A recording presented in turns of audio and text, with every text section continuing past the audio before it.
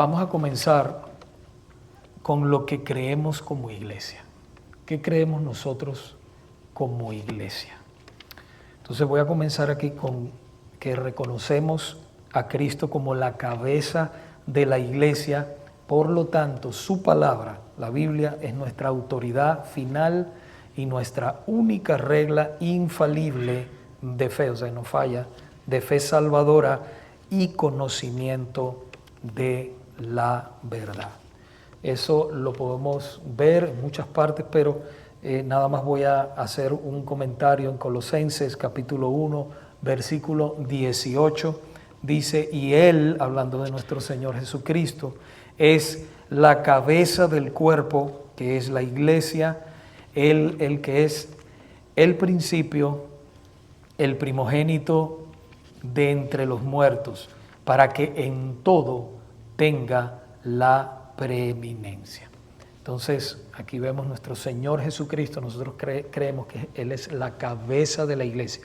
No es el pastor, no es los diáconos, es nuestro Señor Jesucristo. ¿Okay?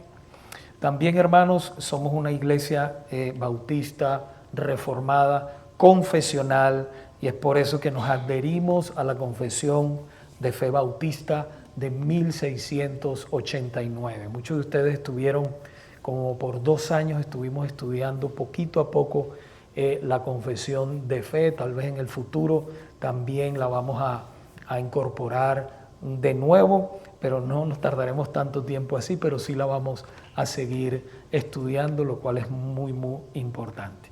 Nosotros creemos que esa confesión de fe es una fiel expresión de las verdades bíblicas que nosotros creemos. Son 32 capítulos, 32 capítulos que resumen lo que nosotros creemos como bautistas reformados. Entonces, es importante, si usted no tiene una, es importante que pida una, nosotros se la podemos obsequiar con mucho gusto y usted la puede leer poco a poco en su casa, analizarla. Si tiene alguna pregunta, como le digo, usted puede hacernos esa pregunta a nosotros. Con mucho gusto se la vamos a contestar. La iglesia, hermanos, se compone de todos, creemos eso, que la iglesia se compone de todos aquellos a quienes Dios ha salvado en todo el mundo en Cristo. En Cristo. Es muy importante que yo una vez fui a visitar una iglesia y las personas no me conocían, ¿verdad? Yo sé que a veces a uno se le ha salido eso, ¿verdad?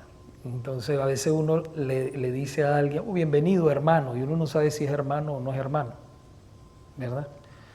Esa es una palabra, y le hemos dicho, yo también lo he dicho, yo también he fallado, pero para que usted piense de que verdaderamente una cosa es un hermano verdadero o una hermana en Cristo, y la Biblia hace una diferencia completa contra los que no son hermanos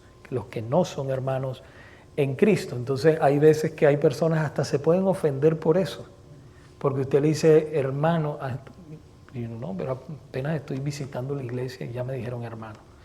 Entonces hay que también tener cuidado con eso, ¿verdad? Uno le dice hermano a alguien que uno sepa que es hermano verdaderamente. Creemos también que las marcas de la verdadera iglesia de Cristo en cada una de sus congregaciones locales son las características definitivas del cuerpo de Cristo a lo largo de la historia. Voy a repetir eso. Creemos que las marcas verdaderas o de la verdadera iglesia de Cristo en cada una de sus congregaciones locales son las características definitivas del cuerpo de Cristo a lo largo de la historia. ¿Cuáles son esas marcas? ¿Cuáles son esas marcas? Número 1, la predicación correcta de la palabra de Dios y la declaración fiel del Evangelio. Eso es sumamente importante. Si una iglesia nada más mueve sus emociones, entonces no es una iglesia bíblica. Tienen que predicar todo el consejo de Dios. Entonces esa es una de las marcas de una iglesia verdadera de Cristo. La predicación correcta de la palabra de Dios y la declaración fiel del Evangelio.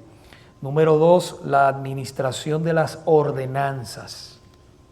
Una iglesia que no ministra las ordenanzas no es una iglesia de Cristo. ¿Cuáles son esas dos ordenanzas? El bautismo y la cena del Señor. Y quiero aclarar algo que es muy importante. Muchos hermanos dicen la Santa Cena, y es verdad, la cena del Señor es santa. Y no comete pecado si dice Santa Cena. No se preocupe por eso.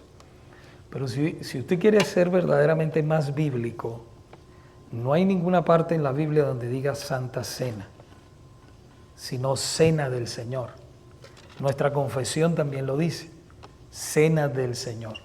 Pero hermano, si usted dice Santa, no hay problema. A mí también se me ha escapado. A veces yo digo Santa Cena, porque es santa. ¿Ok? No se convierta en tan rígido. ¿Ok? Pero para que usted vaya viendo verdaderamente cómo en la palabra del Señor se expresa, ¿verdad? La cena del Señor, en nuestra confesión también lo dice, la cena del Señor. Entonces, eso es sumamente importante en las marcas de una iglesia, las ordenanzas, bautismo y cena del Señor. Número 3, la adoración correcta y ordenada. Esa es otra marca, la adoración correcta y ordenada. Y después nosotros vamos a ampliar más en cuanto a eso. ¿Okay? Número 4, la oración. Esos son elementos del culto o del servicio de adoración que tiene que estar los domingos. La oración. Y 5, la disciplina de sus miembros y su sumisión a Cristo como única cabeza verdadera y legítima. Ustedes saben, cuando una iglesia no disciplina a sus miembros, y escuchen lo que estoy diciendo, una iglesia, o sea, es el pastor con los diáconos y la congregación, o sea, todos juntos. Es el deber de nosotros como nos manda el Señor en Mateo capítulo 18, ¿verdad? Del 15 al 20. ¿Okay? Entonces, muchas iglesias poco a poco han dejado lo que es la disciplina. Entonces, ahí no es tan completa. La iglesia no está completa sin la disciplina de sus miembros. Entonces, hermanos, lo otro es, hablando un poquito de lo que es el principio regulativo de la iglesia, creemos nosotros en eso, como bautistas reformados, creemos en el principio regulativo de la iglesia. Esto significa, ¿qué significa? Que en la adoración a Dios, la iglesia solo debe hacer lo que Dios ha mandado explícitamente en su palabra. Explícitamente en su palabra. Es decir, no se permite o no permitimos introducir prácticas religiosas basadas en tradiciones humanas, creatividad o preferencias humanas, aunque no estén prohibidas en la palabra, porque muchos dicen, no, pero es que el Señor no la prohíbe. Bueno, nosotros creemos en el principio regulativo de la Biblia, si el Señor de la palabra, si el Señor de la adoración, perdón, si el Señor no lo manda, pues entonces nosotros no lo incluimos. Quiere decir, usted no va a ver aquí danzas, usted no va a ver teatros, usted no va a ver luces como si fuera un nightclub o nada de eso. Entonces, para que usted sepa lo que más o menos es eso, y eso es una clase o dos que podemos gastar hablando de todo eso, pero los versículos bíblicos los quiero decir, no los voy a leer para poder avanzar, pero los voy a decir para que queden grabados y usted después los pueda anotar si voy un poco rápido. Deuteronomio 12:32, Levítico 10, que apoyan esto que estoy hablando, del principio regulativo de la iglesia, Levítico 10, versículos 1 y 2, Mateo 15:9,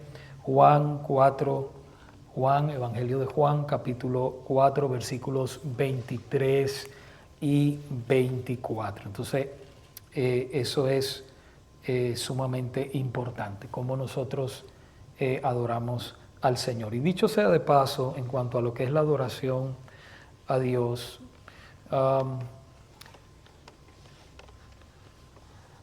mejor voy a proseguir porque si me meto en eso voy a alargar demasiado la clase. De todas maneras, en el canal hay como 3 sermones acerca de la adoración, ¿no?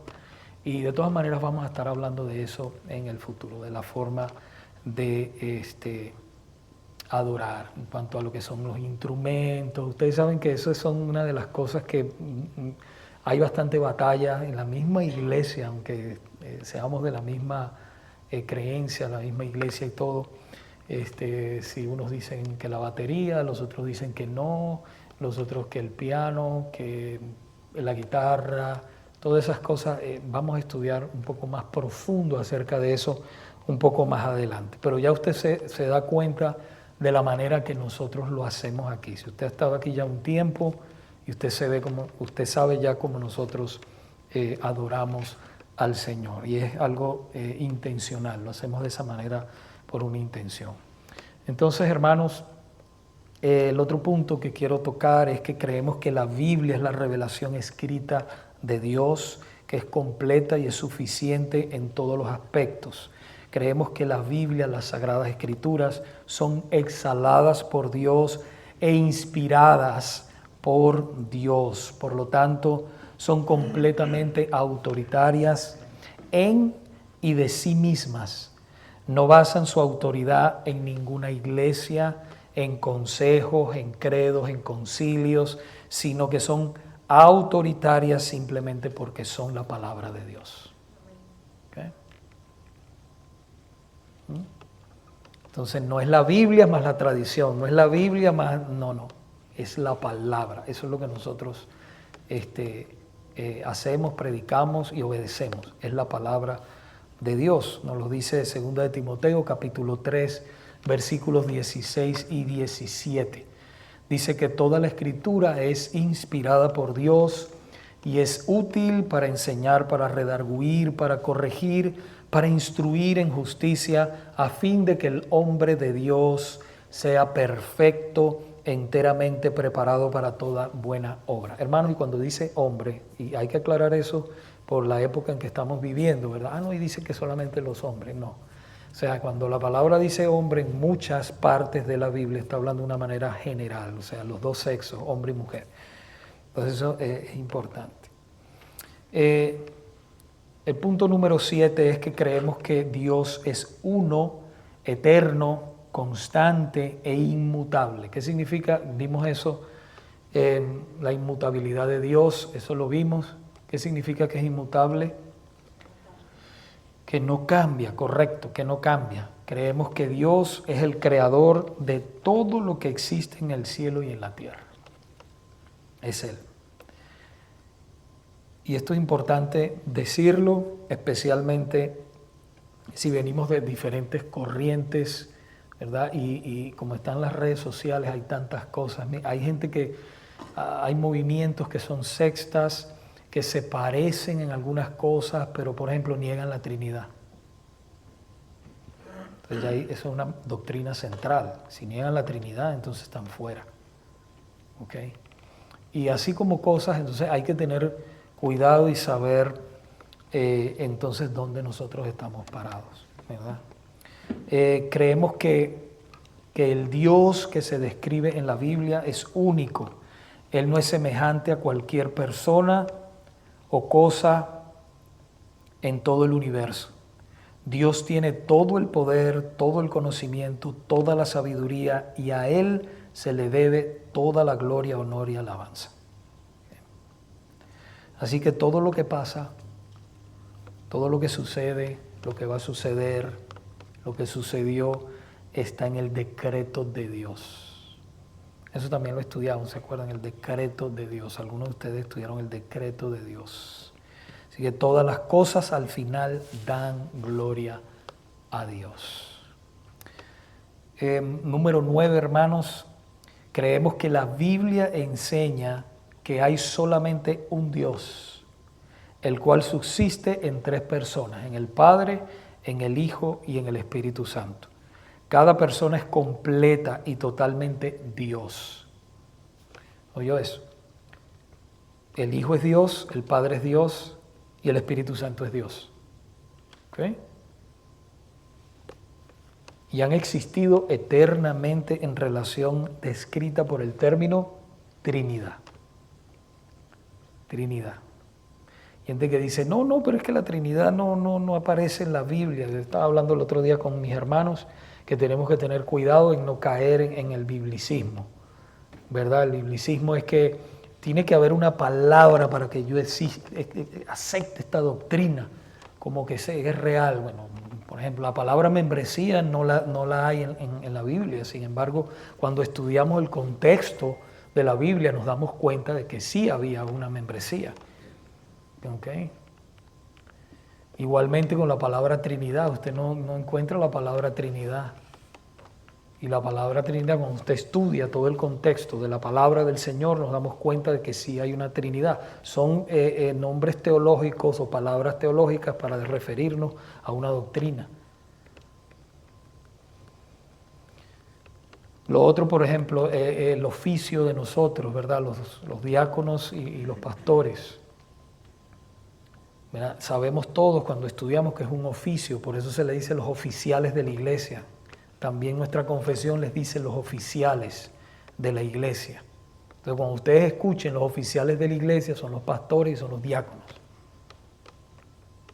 que son los únicos dos ministerios ordenados en la iglesia.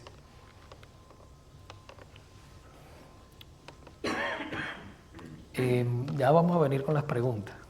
Ya vamos a entrar en eso y en los comentarios, eso es muy bueno. Entonces, hermanos, creemos que el hombre fue creado a la imagen de Dios, pero que se rebeló contra su creador y cayó en pecado. Por esta razón el hombre está muerto espiritualmente, totalmente muerto espiritualmente, dispuesto y hecho incapaz de buscar a Dios. Solamente un milagro puede resucitar a ese muerto espiritual. Solamente un milagro. Y el Señor de hecho lo ha hecho con muchos de nosotros. ¿Okay? El hombre sin Dios está muerto en sus delitos y pecados. Lo podemos ver en Efesios capítulo 2, ¿verdad? Necesita una resurrección. Y esa solamente la puede dar el Señor.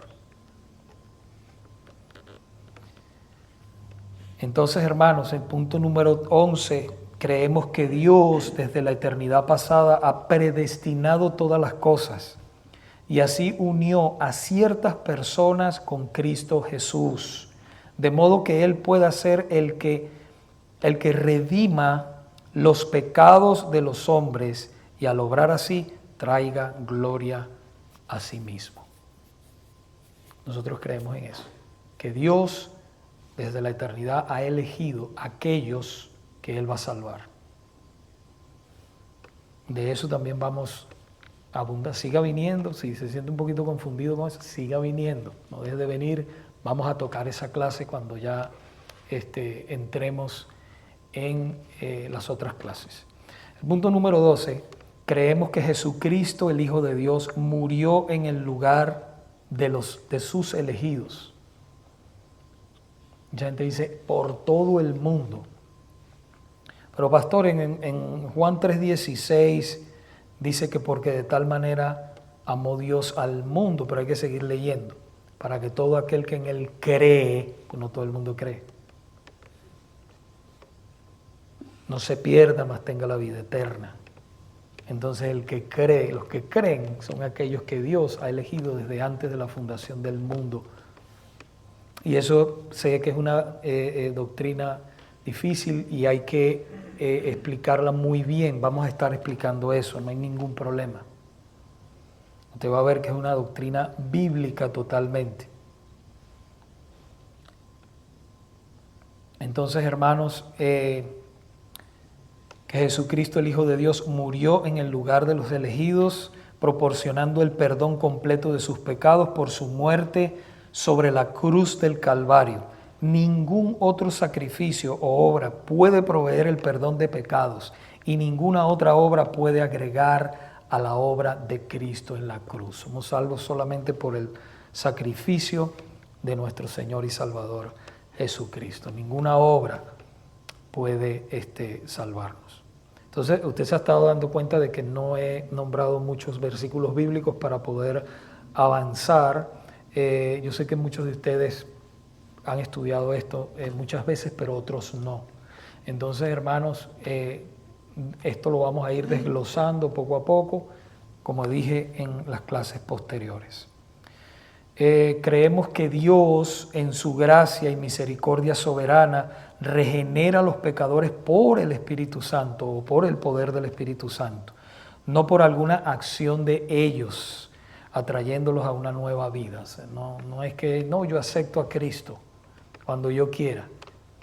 No es que dejó de creer en Cristo, no. No, mi hermano. Cuando el Señor hace una obra, la hace completa y esa persona queda sellada por el resto de su vida y es un hijo de Dios. Ese llamamiento es eficaz y esa salvación es para siempre. ¿Okay?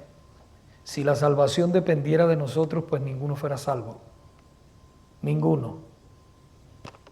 Entonces es de Dios de principio a fin. Así Dios les concede a ellos los regalos de la fe y el arrepentimiento. Aún la fe salvadora y el arrepentimiento vienen de Dios y tenemos que saber, ¿verdad? Porque mucha gente no cree en Dios ni nada y dicen fe. No, sí, ten fe, ten fe, ten fe. ¿Fe en qué? No, fe en ti mismo que lo vas a lograr. Bueno, esa es otra fe. De la fe salvadora y el arrepentimiento los concede Dios. Como resultado de esta fe basada sobre el sacrificio del Señor Jesucristo, Dios justifica o hace justa a la persona que cree. El regalo de Dios, de la fe y el trabajo continuo del Espíritu Santo en las vidas de los elegidos da lugar a las buenas obras. Estas buenas obras surgen de la verdadera fe salvadora. Son un resultado necesario de la fe, pero no deben ser consideradas necesarias para ganar la justificación. Somos salvos solamente por la fe en Cristo, que es dada por la gracia de Dios, por la fe solamente. De modo que ningún hombre puede jactarse, como nos dice Efesios 2:8, que dice, porque por gracia sois salvos por medio de la fe, y esto no de vosotros, pues es un don de Dios, un regalo completamente de Dios.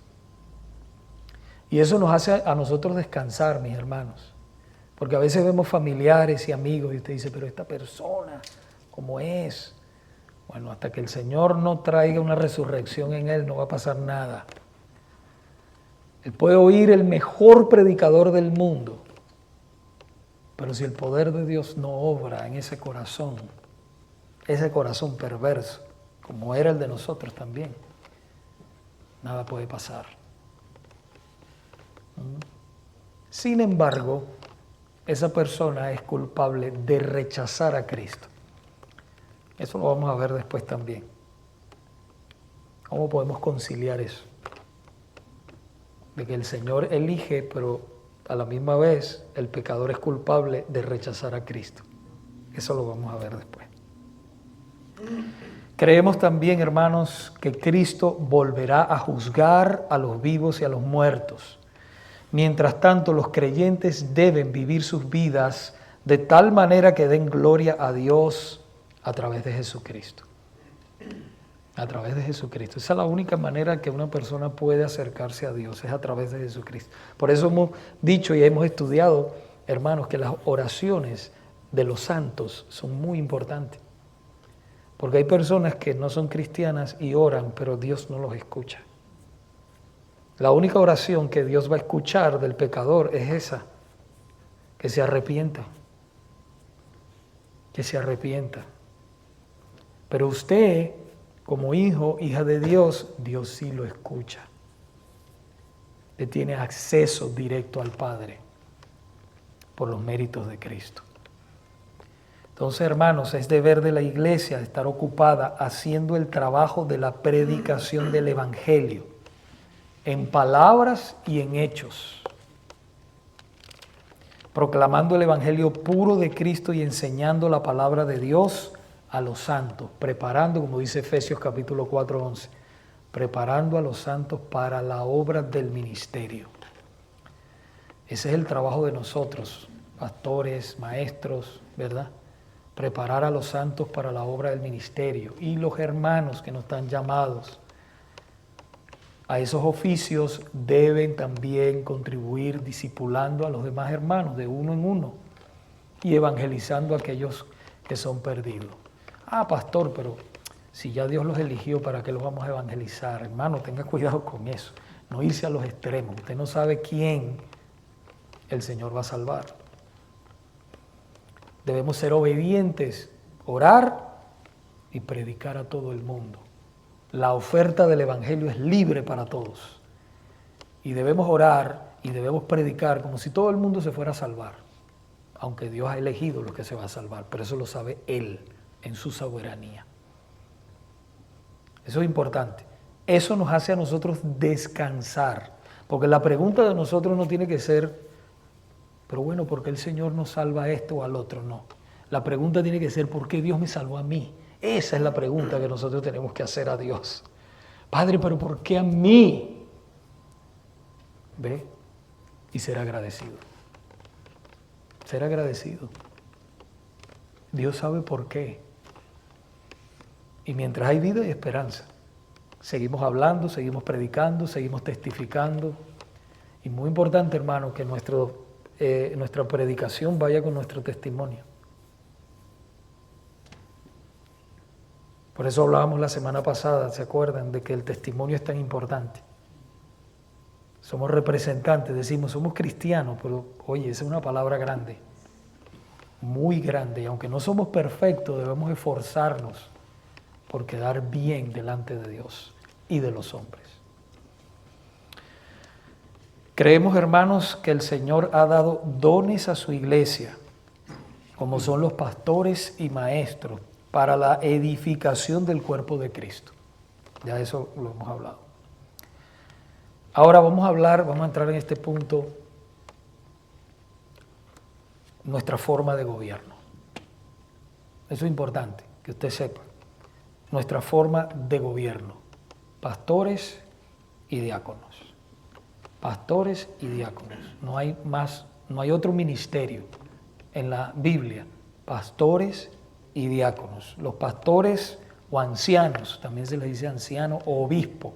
Es importante que usted sepa que son sinónimos, es lo mismo. Cuando una persona se pone, a veces usted ve en las redes sociales, el obispo tal. Bueno, es lo mismo que un pastor, es lo mismo que un anciano. Yo todavía no he visto así que se pongan ancianos en las redes sociales, el anciano, no. La gente dice, no quiero, nadie quiere ser anciano. Pero no es eso. Hay que entender los términos bíblicos, lo que significa cada cosa. Okay. Entonces, cuando usted ve, por ejemplo, obispo, es supervisor. Eso lo hace un pastor. Un pastor el que alimenta las ovejas con la palabra de Dios, dándolo así bien rápido. Y el anciano, bueno, es un hombre aprobado, ¿verdad? Por Dios, por la iglesia, con más experiencia para enseñar y cuidar, pastorear la iglesia. Eso es lo que hace un pastor. Pero las tres cosas significan lo mismo a la final. Son sinónimos. Entonces, hermanos, nosotros creemos en pastores y ancianos y en pluralidad de pastores. ¿Ok? Tenemos que orar para que el Señor nos levante también otro pastor que pastoree conmigo. Creemos en eso, en la pluralidad de pastores. Y Pablo enfatizó una pluralidad de pastores ancianos en la iglesia primitiva. Eso lo vemos en Tito 1:5, en Hechos 20:17. Y un anciano o pastor es un hombre bíblicamente calificado que ha sido nominado, ha sido entrenado, examinado y ordenado para supervisar los asuntos de la iglesia. No todos pueden ser pastores, ¿verdad? La Biblia nos da a nosotros requisitos explícitos para tales hombres. Primera de Timoteo capítulo 3, ahí usted lo ve, del 1 al 7. Ahí usted ve, también en Tito está. Entonces, usted, cuando nosotros veamos ese segundo pastor, nosotros tenemos que mirar ahí, mirar su vida, todo. No busque perfección porque no la va a encontrar, pero por lo menos que reúna los requisitos bíblicos, ¿verdad? Eso es sumamente importante para ordenar a ese otro pastor. Los diáconos, hermanos, son un hombre o es un hombre bíblicamente calificado que ha sido nominado, entrenado, examinado y ordenado para ministrar a las necesidades físicas de la iglesia. Claro, hay veces que el Señor le da a esos diáconos, les da también el don de la enseñanza o de la predicación y ellos pueden ejercerlo. ¿Okay? Nosotros vemos un ejemplo, por ejemplo, en Esteban. Felipe también era, ¿verdad?, diácono y también ellos predicaban. Entonces ahí lo podemos ver. Diácono significa literalmente el que sirve en las mesas. Ellos están pendientes de las necesidades de los hermanos en la iglesia y así también ayudan a los pastores para que los pastores puedan dedicarse a lo más importante en la iglesia, que es la oración, ¿verdad?, y la palabra, el ministerio de la palabra, como dice Hechos capítulo 6. Entonces eso es importante. Y por supuesto los pastores hacen otras cosas. A veces se cruza un poquito el diácono y el pastor para acá. A veces usted me ve haciendo cosas de diácono o los diáconos haciendo algo mío, aconsejando y esas cosas.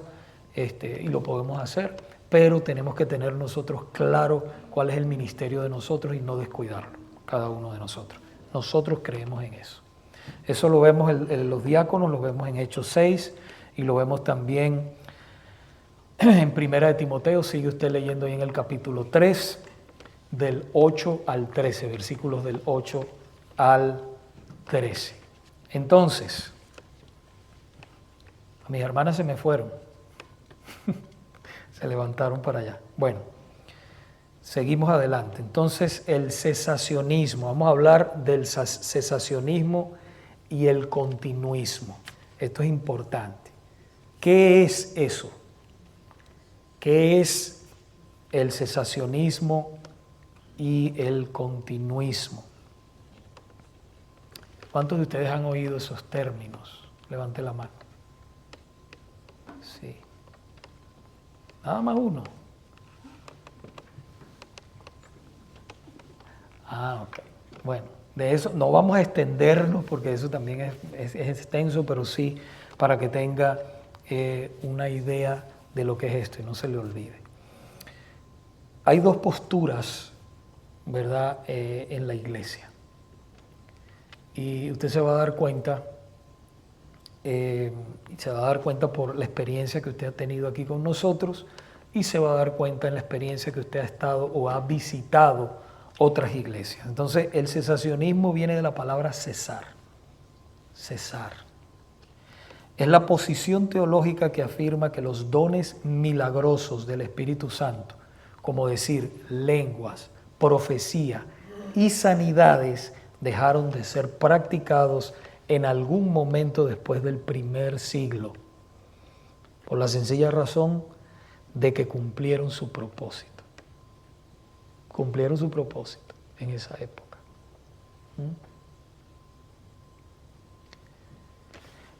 El continuismo, anote, el continuismo. El continuismo es la posición teológica que afirma que los dones milagrosos del Espíritu Santo, vuelvo y repito, lenguas, profecías, sanidades, continúan aún vigentes hoy en la iglesia, al igual que en la era apostólica. Fíjese, al igual que la era apostólica. Yo sé que usted tal vez ha estado o ha participado donde entra a la iglesia y de repente usted ve que todo un montón de gente hablando en lenguas, y de repente se levanta alguien y profecía, y ay, hermano, mira, el Señor me dijo que usted iba a tener 3 negocios, y lo que te está pasando con tu esposa, ya yo sé lo que pasa con eso, es que esto, que lo otro, y empiezan todas esas cosas. Hermano, tenga cuidado con eso, porque eso es mezclar hasta el espiritismo y todas esas cosas, mezclarlas con la palabra de Dios. Entonces, no es de Dios esas cosas, esos espectáculos en la iglesia. Entonces, hay que tener mucho cuidado con esas cosas. Entonces, hermanos, vamos a tocar un poquito en cuanto a eso. ¿Cuál es la posición teológica de esta iglesia? Porque eso es lo que a usted verdaderamente le interesa, ¿verdad? Porque ya usted está aquí. Nosotros como iglesia bautista reformada y confesional somos cesacionistas. La primera que usted escuchó, somos cesacionistas. Entonces usted dice, bueno, pastor, pero ¿por qué entonces usted ora por sanidad y los enfermos? Bueno, espere un momento antes que se levante y se vaya. Sí, pero no es.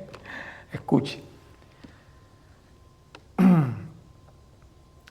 Quisiera decir una aclaración importante que debemos hacer, es que nosotros sí creemos, nosotros como iglesia bautista reformada, sí creemos que Dios continúa haciendo milagros. Él continúa sanando como un acto especial de su providencia divina. ¿Ok? Pero viene de Él. Pero también creemos que el Espíritu Santo ya no utiliza a individuos, como decir milagreros, ¿ok? No los utiliza para realizar señales milagrosas como lo hizo en los tiempos de los profetas, de nuestro Señor Jesucristo y de los apóstoles. Dios hace milagros y sanidades en respuesta a las oraciones de su pueblo y conforme a su voluntad y no a la voluntad de los hombres. Por eso usted ve que yo siempre oro por las enfermedades de los hermanos, por las enfermedades de las personas. Cada domingo venimos aquí y oramos, ¿verdad?, por las peticiones de todos ustedes. Y el Señor, conforme a su voluntad, Él va sanando, a veces se los va llevando, ¿verdad?, con él, ¿verdad? Él lo hace como quiera porque Él es soberano. Entonces eso es importante que nosotros entendamos eso. ¿Okay? Nosotros sí creemos que el Señor sana, pero no es que, ay, mira, ahí el pastor Robert, el Señor lo usa en la sanidad, que eso es increíble, noche de milagros, y entonces aquí la iglesia llena. Eso no es así. Eso no es así como usted ha visto eso. Y entonces contratan doctores y los doctores por un lado y por el otro. Ay, no, sí lo sanó, wow, y forman. Nada de eso, hermano. Eso, no es, eso fue en la época de los apóstoles. ¿Okay? Eso cesó. Y lo podemos ver, lo vamos a ver aquí en algunos versículos bíblicos para que usted se dé cuenta de eso. En la Biblia las señales están relacionadas con los apóstoles y no con nosotros. Veamos algunos textos bíblicos. Eso sí, traje algunos textos bíblicos para abundar un poquito en eso. Entonces dice 2 Corintios capítulo 12, versículo 12, dice, con todo, escribe el apóstol Pablo, ¿verdad?, los Corintios, con todas las señales de apóstol con todo, las señales de apóstol han sido hechas entre vosotros en toda paciencia por señales, prodigios y milagros. Imagínese, usted se acuerda, por ejemplo, de Moisés, cuando el Señor lo mandó, ¿verdad?, a libertar el pueblo. Dios lo iba a libertar a través de él. Pero él le preguntó, pero no me van a creer. Y entonces el Señor, ¿qué hizo? Mete tu mano en tu seno. ¿Se acuerda? Que le salió la mano leprosa. Después la vara la tiró y la convirtió en culebra. Entonces el Señor, a través de esos milagros, estaba autenticando el ministerio de Moisés, haciéndolo auténtico. Nosotros hoy en día no necesitamos eso, hermanos. Nosotros tenemos toda la revelación divina en la palabra, los 66 libros. Y si el Señor quiere sanar algo, usted no vaya a decir, como le pasó una vez a mi esposa. Yo no sé si yo se los he contado, pero una vez a mi esposa le pasó de que ella oró por una hermana hace años. No vivíamos aquí y el Señor la sanó de un problema del estómago que ella tenía. Después enfermó de otras cosas y esa hermana estaba buscando a mi esposa y mi esposa le dijo, no, no, no, no, fue el Señor que te sanó, no yo. Entonces cada vez que padecía de algo estaba buscando a mi esposa para que mi esposa orara por... No, eso no es así. Dios se puede manifestar en cualquier hermano, en cualquier hermana. No solamente en el pastor, ni en los diáconos.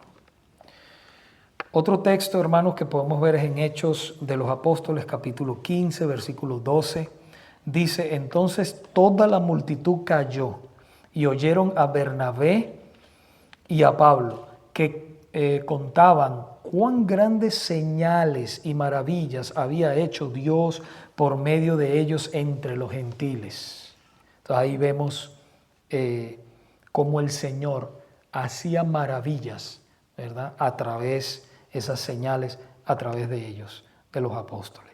Tengo otra aquí, pero para avanzar, hermanos, Romanos 15, anótelo, Romanos 15, 18 y 21. Esa sí le voy a dejar porque es un poco más larga para que usted la lea en su casa.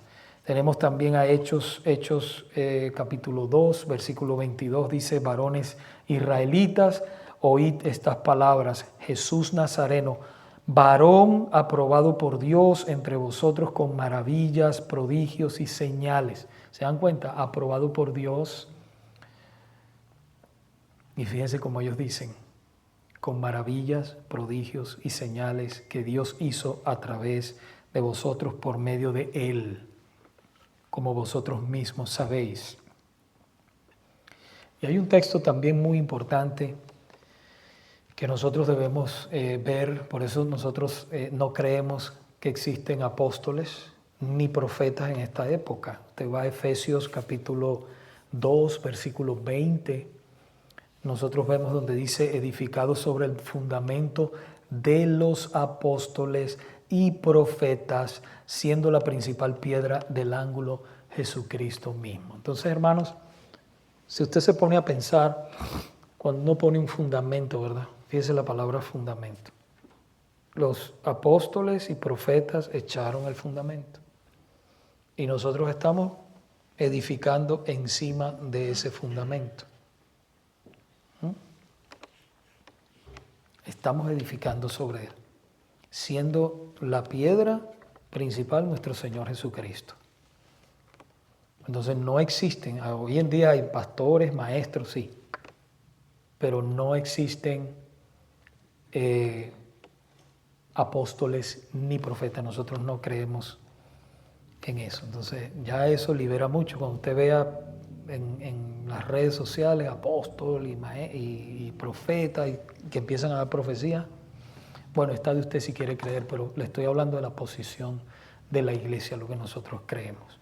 En 1 Timoteo capítulo 5, versículo 23, dice, ya no bebas agua, sino usa de un poco de vino por causa de tu estómago y de tus frecuentes enfermedades. Fíjese, para que usted se dé cuenta de que los dones tenían un propósito funcional y comenzaron, hermanos, a desaparecer al completarse ya esa etapa. Por ejemplo, lo vemos aquí. Ya no bebas, el apóstol Pablo le dice a Timoteo. Y acuérdense cómo Pablo fue usado. El Señor hacía milagros tremendos con Pablo. Pero ya nosotros vemos acá, ya casi al final de la vida de Pablo, donde le dice a Timoteo, toma un poco de vino, por causa de tus frecuentes enfermedades. Bueno, ustedes saben que el vino es medicinal, entonces le estaba mandando para el estómago a Timoteo. Otro lo vemos en 2 de Timoteo 4:20, dice, Erasto, que quedó en Corinto, y a Trófimo, este es el apóstol Pablo escribiéndole a Timoteo, dejé en Mileto enfermo. Fíjese que lo dejó enfermo, ¿por qué no lo sanó? ¿Ve? Ya el Señor no se estaba manifestando de la manera que se estaba manifestando al principio. ¿Para qué? Para autenticar el ministerio de ellos. ¿Okay? En ese momento Dios estaba obrando poderosamente. Entonces, hermanos, sé que hemos pasado un poquito de las 2, pero por eso quería que empezáramos un poquito temprano, pero está bien. Regáleme unos 5 minutos más y entonces para terminar aquí, algunas aplicaciones para terminar. Los dones extraordinarios los vemos en las Escrituras para autenticar el ministerio de unas personas específicas. Ya lo vimos, como decir Moisés, el Señor Jesucristo, los apóstoles, los profetas, ¿verdad? Lo vemos. Número 2, los dones extraordinarios como se manifestaban en la era apostólica eran por señal para los incrédulos. Para los incrédulos, lo vemos en 1 Corintios 14, 22, nos dice, así que las lenguas son por señal, no a los creyentes, sino a los incrédulos. Pero la profecía, entonces te dirá, mira, ahí está, profetas no. Cuando habla aquí, tenemos que hacer exégesis y ver bien. Cuando habla de profecía aquí, está hablando de predicar la palabra de Dios, de hablar la palabra de Dios. ¿Okay? Que eso es lo que el Señor me permite hacer cada domingo. Entonces dice, pero la profecía no a los incrédulos, sino a los creyentes. Número 3, la historia de la iglesia nos enseña que los dones milagrosos, como se manifestaban en la era apostólica, han cesado.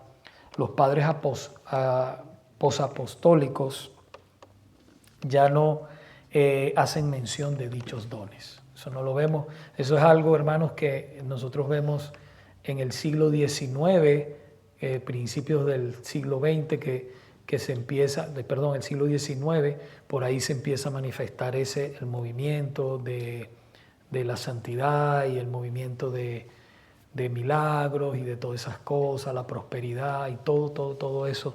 Pero si usted revisa la historia de la iglesia, usted no ve nada de eso. No ve nada de eso que está viendo hoy en día. Por eso nosotros podemos decir con toda confianza que el peor siglo de la iglesia fue el siglo pasado y este que estamos nosotros corriendo, y Dios en su misericordia y en su gracia ha levantado, ¿verdad? Está levantando y restaurando la iglesia, gloria a Dios. Y está sacando a muchos de muchos movimientos que no son bíblicos, son cestas, ¿ok? Y los está sacando y los está trayendo a iglesias bíblicas. Por eso tenemos que orar y estudiar, ser muy estudiosos, hermanos, en la palabra del Señor. Por último, Dios sigue haciendo milagros y sanando hoy en día, pero no necesita de personas específicas para hacer un milagro o una sanidad. El Señor, hermanos, en su soberanía, Él se manifiesta en respuesta a las oraciones de su pueblo, y si es su voluntad, si es su voluntad.